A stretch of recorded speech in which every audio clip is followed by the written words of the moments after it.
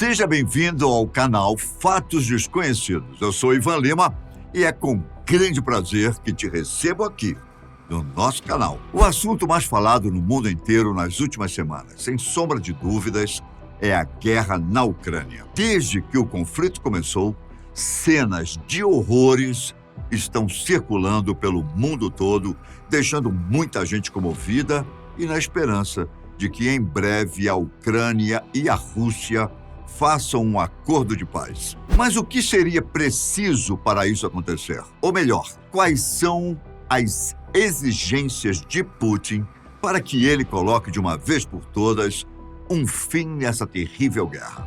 Vem comigo, que eu vou tentar contar todos os detalhes para você. Quase um mês após o começo da invasão russa à Ucrânia, atualmente já é possível entender quais são os desejos de cada país. As partes envolvidas ensaiam uma negociação para poder colocar fim ao conflito, que já deixou milhares de mortos e fez milhões de ucranianos se tornarem refugiados em outros países da Europa.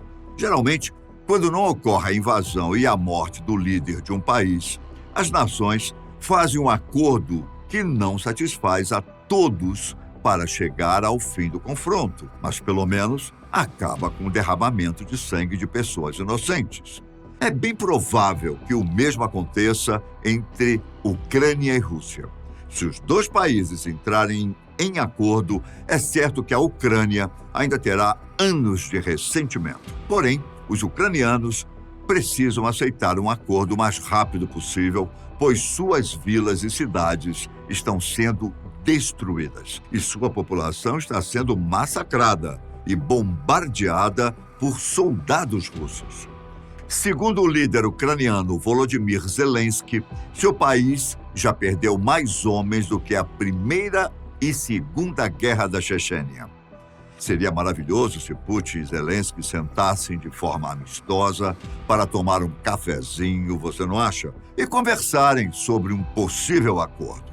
No entanto, infelizmente, ninguém assina um acordo de paz que provavelmente levará ao fim da soberania do seu país. Mas o que a Ucrânia, a Rússia e os outros países exigem para que esse conflito termine de uma vez por todas? Quanto à Ucrânia, é fácil dizer o que Zelensky quer para seu povo.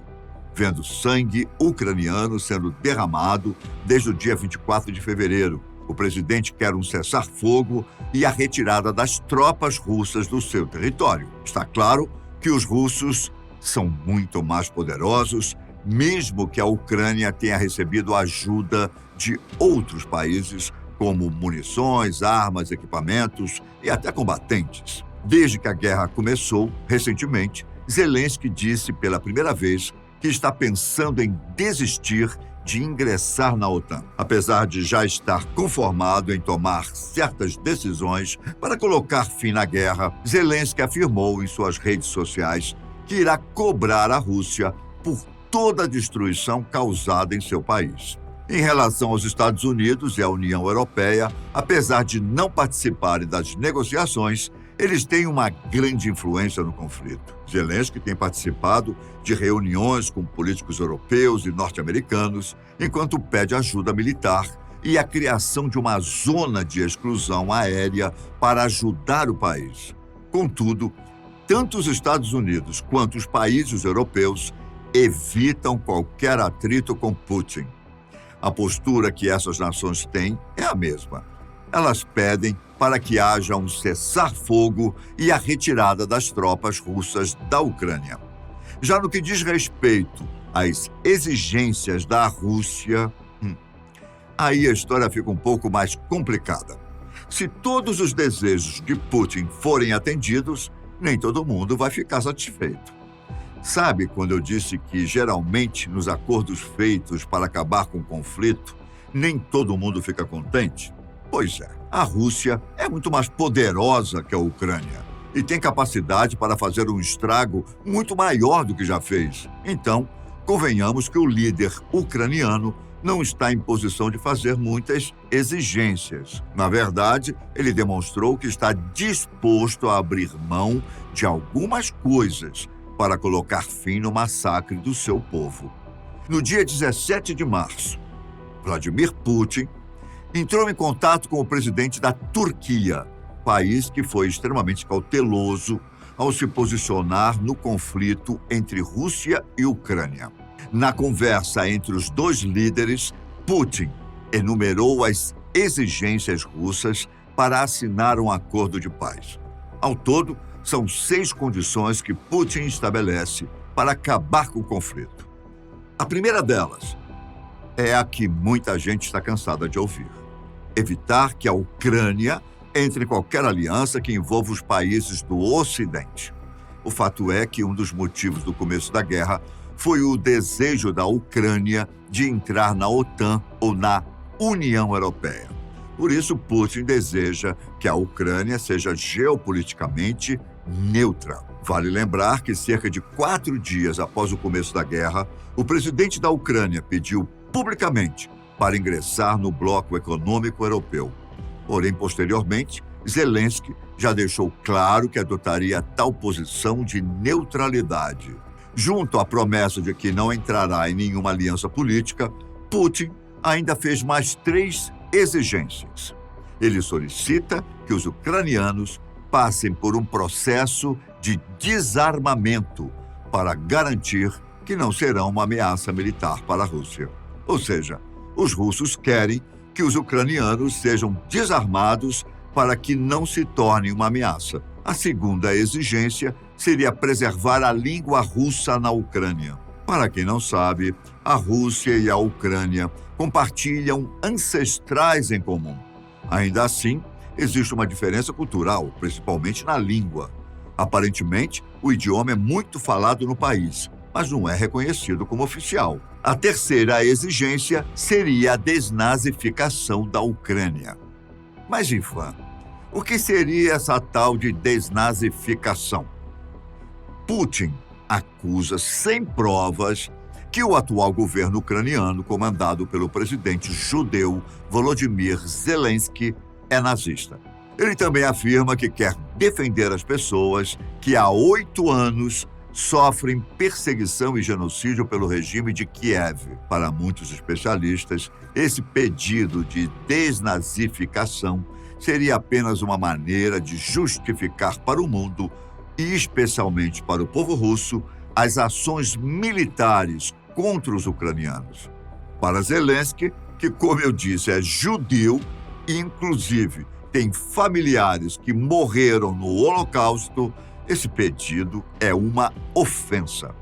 Até aqui eu falei sobre 4 exigências de Putin, que, em resumo, são a neutralidade da Ucrânia em relação aos países do Ocidente, o processo de desarmamento para acabar com qualquer ameaça à Rússia, a proteção à língua russa na Ucrânia e a chamada desnazificação ucraniana. As outras 2 exigências fazem referência aos territórios da Ucrânia. A região da Crimeia, que foi anexada ilegalmente pela Rússia em 2014, e de Donbás, no leste ucraniano, e onde acontecem conflitos entre grupos separatistas, estão envolvidas nas exigências. Putin quer que a anexação da Crimeia seja reconhecida e que haja independência de Donetsk e Luhansk, que foram reconhecidas independentes por Putin dias antes do início da guerra. Só que essas 2 últimas exigências são um pouco mais doloridas para os ucranianos. Isso porque a Rússia fez a anexação da Crimeia de forma ilegal, já que antes de Putin entrar no poder, os russos tinham assinado um tratado internacional aceitando que a Crimeia fazia parte da Ucrânia. Segundo especialistas, as exigências de Putin são relativamente fáceis de serem atendidas, pois elas poderiam ser muito piores. Podemos dizer que são condições fáceis de serem aceitas para acabar com a violência, as mortes e a destruição da Ucrânia. Só que para os ucranianos, se forem só essas as exigências, eles devem tomar muito cuidado ao aceitarem as condições para não haver desculpas para os russos invadirem o país novamente. Mas será que realmente vai acontecer um acordo de paz entre os 2 países? Nós ficamos aqui torcendo para que isso aconteça, não é? Geralmente, um acordo de paz para colocar fim em uma guerra é demorado. Então, o melhor que pode acontecer agora é um cessar-fogo para que os líderes dos dois países resolvam suas diferenças. Sabemos que a Ucrânia vem sofrendo com mortes e destruição do seu país. Após isso, a reconstrução custará muito tempo e dinheiro, assim como será caro realocar todos os milhões de refugiados que partiram para outros países para escapar do conflito. Apesar das duras consequências, obviamente, a melhor escolha para o presidente ucraniano neste momento é aceitar as exigências de Putin para colocar fim no conflito e, consequentemente, poupar a vida de milhões de pessoas inocentes. Quanto ao futuro de Putin, mesmo que ele crie uma fantasia de que teve uma vitória gloriosa sobre o neonazismo, sua imagem provavelmente será enfraquecida. Para começar, poderemos observar os impactos das sanções econômicas impostas por vários países, que não se sabe se irão acabar caso um acordo de paz seja feito.